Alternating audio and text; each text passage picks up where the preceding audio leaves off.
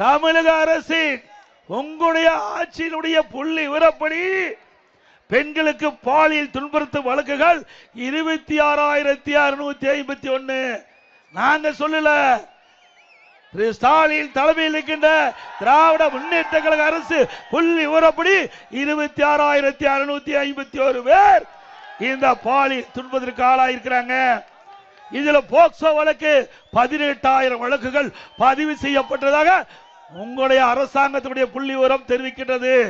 இதுல நீதிமன்றம் போய் அது பாதிக்கப்பட்டவர்களுக்கு 6,999 பேர் பாதிக்கப்பட்டதாக, இன்றைக்கு இந்த சிறுமிகள் பாதிக்கப்பட்டதாக உயர் நீதிமன்றமே தீர்ப்பளிக்கப்படுகிறது.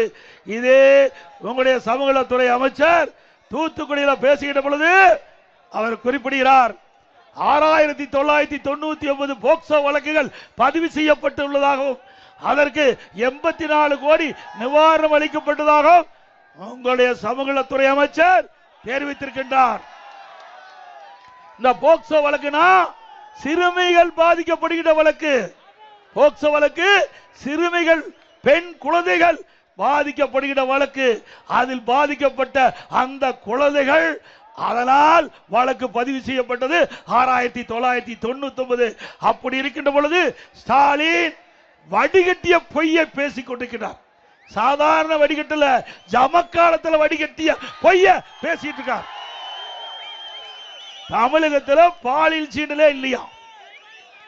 தினந்தோறும் பத்திரிகை திறந்தா, ஊடகத்தை பார்த்தா இதுதான் செய்தி. இந்த பாலியல் சீண்டல், சிறுமிகள் பாதிக்கிறாங்க, பெண்கள் பாதிக்கிறாங்க, வயது முதிர்ந்த பாட்டியமா கூட பாதிக்கிறாங்க.